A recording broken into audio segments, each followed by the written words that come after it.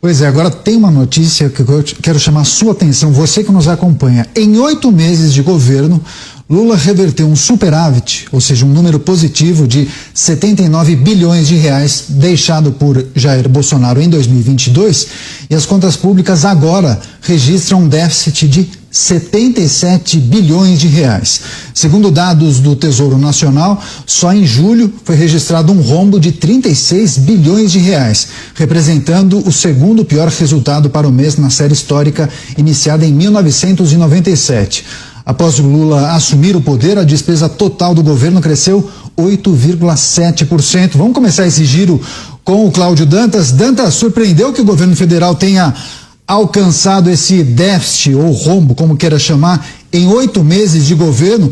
Costuma ser uma característica, né, de governos progressistas e de esquerda, gastar mais e não ter aquela preocupação com corte de gastos.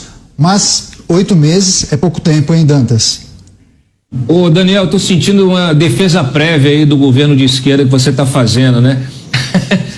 Olha, essa coisa de associar determinada política a determinado governo, isso, na verdade, no fundo, o que nós estamos diante de um alto grau de incompetência.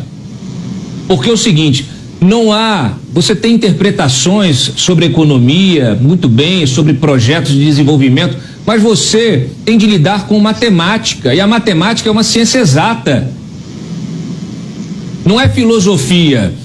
A esquerda pode filosofar, pode ocupar os DCEs da faculdade de filosofia e inventar o que ela quiser, pode falar sobre questões de gênero, pode falar o que ela quiser, pode fazer a tese que ela quiser, mas a matemática, você não consegue se contrapor a ela. E os números, eles são uma realidade. Eles são inquestionáveis, eles são brutos, eles vêm e atropelam qualquer discurso ideológico, qualquer modinha, qualquer proselitismo, qualquer assistencialismo, qualquer narrativa política construída na eleição para enganar o eleitor. Vocês vão lembrar, na eleição qual era a narrativa do PT? Que o governo Bolsonaro quebrou o Brasil. E aí nós temos um governo, um 2022, que encerra com superávit. Já foi um tapa na cara do militante. Lide com essa realidade, a realidade dos números. Aí eles fizeram aquele esforço todo para aprovar a PEC da transição, arrombaram as contas públicas em quase 200 bi.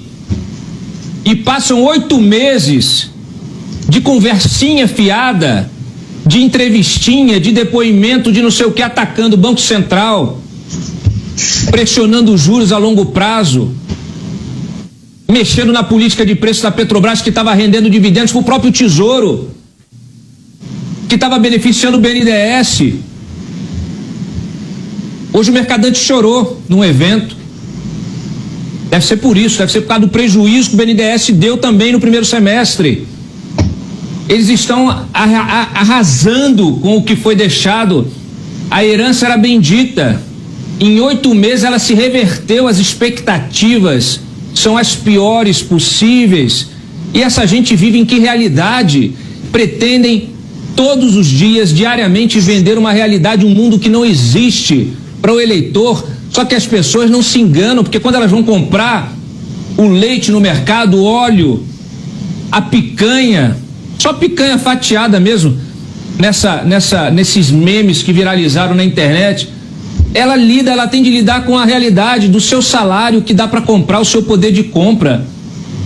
Então tá aí, essa é a realidade dos números. Saímos de 79 bi positivo para 77 bi negativo. Por isso que eu falo, ontem estava Simone Tebet fazendo um discurso cínico para a imprensa. Então, assim, não é possível. Não é possível. Perfeito. Essa é a realidade. Perfeito, Dantas. A gente vai girar com todos os comentaristas. Mota, que sempre traz um recorte mais liberal para esse tipo de discussão, é um governo que gasta muito, que acumula um déficit de quase 80 bilhões de reais em 8 meses de governo, Mota. E a pergunta é, gastou bem pelo menos? A população está satisfeita? Essa pergunta a gente responde todo dia aqui quando a gente dá notícias de viagens, né, parece que tem até uma notícia aí de compra de um novo avião, porque o avião atual estaria ruim. Eu só vou discordar um pouco do meu colega Dantas. Eu acho que é uma questão de ideologia, sim, porque não há registro na história de um governo bem-sucedido que tenha adotado a mentalidade socialista. A mentalidade socialista que, na verdade, esconde por trás dela uma grande hipocrisia. A gente já falou disso daqui, né? É o progressista que luta contra a desigualdade e gasta 300 mil reais em 2 dias de diária de um hotel de luxo em algum lugar do exterior, tá?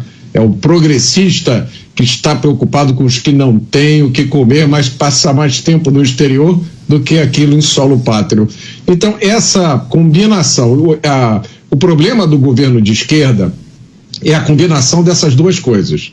De um lado, essa monstruosa hipocrisia. Uma hipocrisia de gente que prega uma coisa e faz outra.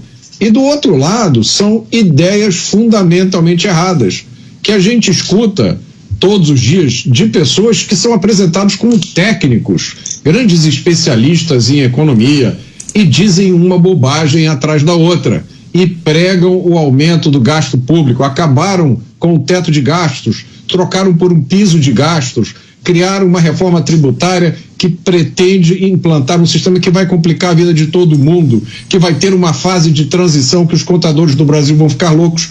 Então, meus amigos, não tem como dar certo. É como eu sempre falo aqui, se você sai de São Paulo e vai para o sul, você não vai chegar no Ceará nunca.